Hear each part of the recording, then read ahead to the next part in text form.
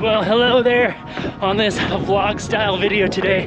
Thought I would talk to you a little bit about how I approach fueling and nutrition for running. And there's plenty of videos on YouTube about this topic, but I figured I would again share what I do and just keep this video kind of raw and uncut. So we'll see how this goes. I am today reviewing the Ultra Experience Flow 3, so definitely check that out as well. That'll be, of course, a separate video. Okay, jumping right into it. I got to catch my breath here. It is time for me to take in some nutrition. Let's consume one of these gels. This particular one is the SIS Beta Fuel, 40 grams of carbs. Strawberry lime flavor is pretty good. And by the way, I do get all of my nutrition from the feed. I am a sponsored athlete from them. Basically what that means is I get credits every quarter to buy all kinds of fuel, whatever I want, from SIS to Morton to Carbs to Tailwind to Scratch and everything else in between. I do have an affiliate link down below.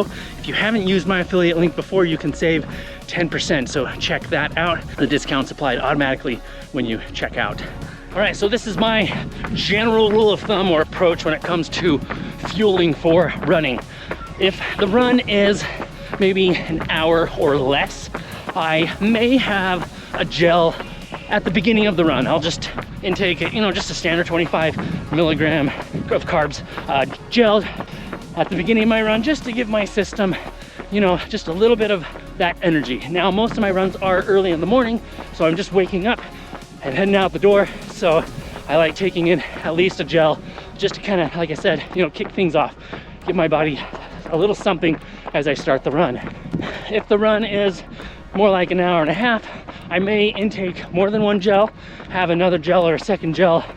So one at the beginning of the run and a second one maybe about 30 minutes into the run, 30 to 45 minutes into the run. For runs that are an hour and a half to 2 hours, I will take 2 gels as well, but I may opt to have one or both of those gels be a higher carb, like the SIS Beta Fuel. A few years ago, I used to not eat that many gels or intake that many carbs during just a regular training run, but a lot of that was because I couldn't afford the gels. I do feel fortunate having the feed sponsorship.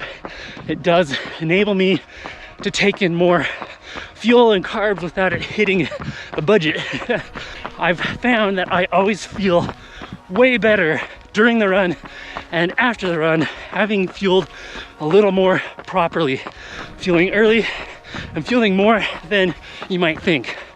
Again, on a 1 or 2 hour run, I'm probably only getting 30 grams of carbs an hour average, depending on the run. If it's a trail run, I'm usually taking in some carbs or gels that have more carbs in them, and something that's like 40 to 50 grams of carbs per gel.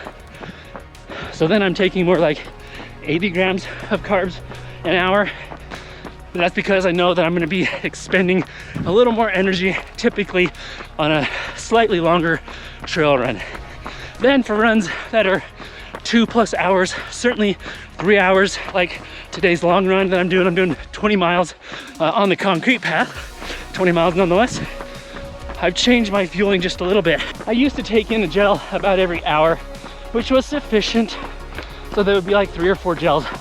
But more recently, I've started, as I think about my long runs, my ultra runs, for my training runs, again, that are 3 hours or whatever, a long run, I started taking in a gel every 3 miles, or roughly every 2.5 to 3 miles, depending on my pace, right?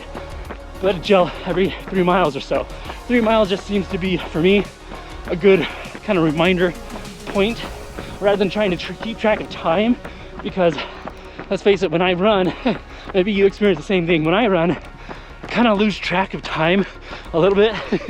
So instead of going off of time, every 30 minutes or 45 minutes or every hour, I just go off of distance, and that's close enough. And I find that like on today's run, I'll intake gels that are 25 grams of carbs, 40 grams of carbs.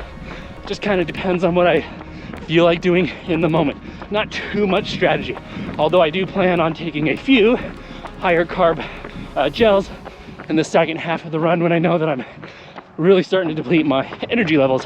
So that's how I approach gel intake or carbs from gels. When do I take in more solid foods? You know, bars and actual real food, bananas, oranges, peanut butter and jelly, quesadillas. Those I typically reserve for the really long runs when I know that I'm gonna need something more substantial, something that sits in the stomach a little bit longer.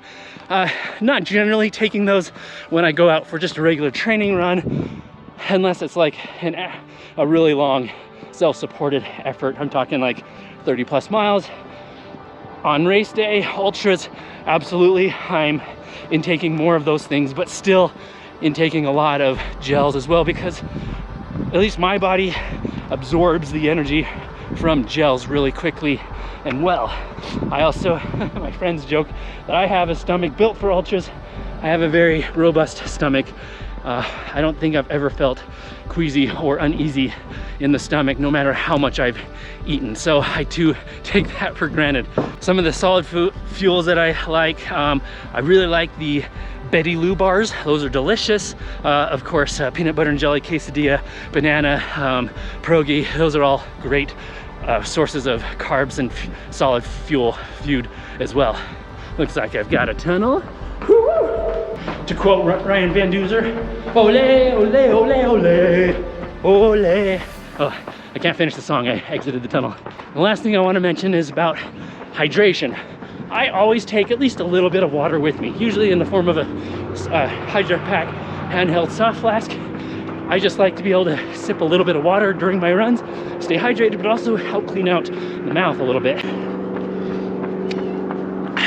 Now on long runs, just like today, I have a hydration vest. I do the same thing on my races, and I always have the right flask with water and the left flask with a calorie and hydration mix, like Tailwind or Scratch Labs. Today I've got Tailwind. It's the raspberry flavor, which is caffeinated. I'll talk about caffeinated intake here in a moment. And the way I approach hydration and calories from liquids is I look at it more of a filler, something that kind of evens out my calorie intake between gels. Personally, I don't rely on calories solely from hydration. I do train with that occasionally, again, usually on my 2+ hour runs, but I find that intaking slowly, you know, sips here and there of a liquid calorie intake just helps even out the energy intake in my body, again, between carbs from gels or other sources. All right, last thought, caffeine. I do use caffeinated gels and hydration that is caffeinated. I personally, my body metabolizes caffeine really quickly. I don't drink coffee, but often, I need to catch my breath again, often I will use a caffeinated gel, maybe about 75 milligrams of caffeine right at the beginning of a run. And maybe that's the only gel, if it's a shorter run, that's the only gel that I end up taking for the rest of the run. I mentioned that my Tailwind raspberry flavor is caffeinated. Honestly, I could care less whether it was caffeinated or not. I just like the flavor, and I know it sits well with my stomach and gives me good energy.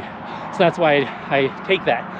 I have started to experiment with, I forget what it's called, Neuroptic or something. The SIS Beta Fuel they have a special line of caffeinated gels, beta gels, that have about 200 milligrams of caffeine per gel.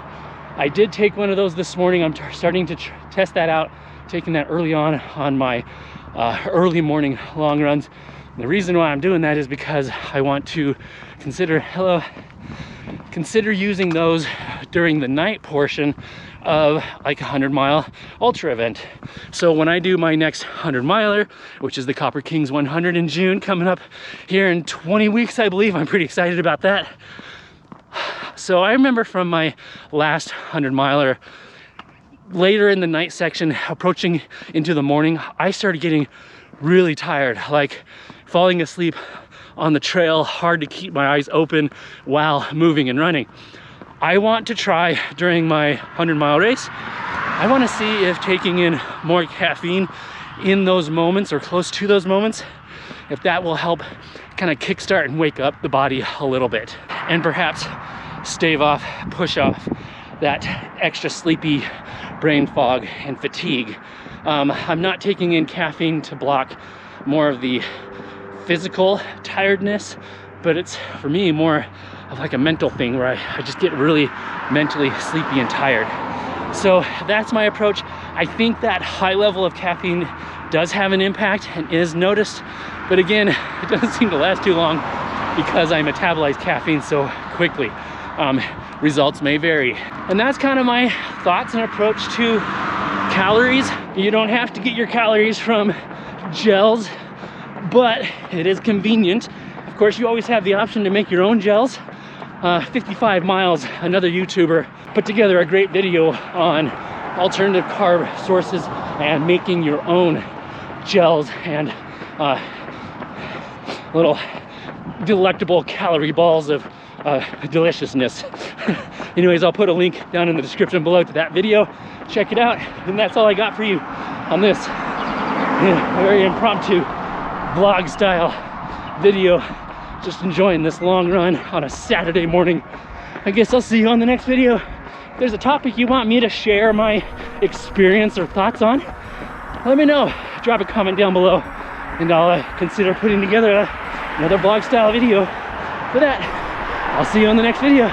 Remember to be consistent, express gratitude, and enjoy every mile. See you on the next one. Bye.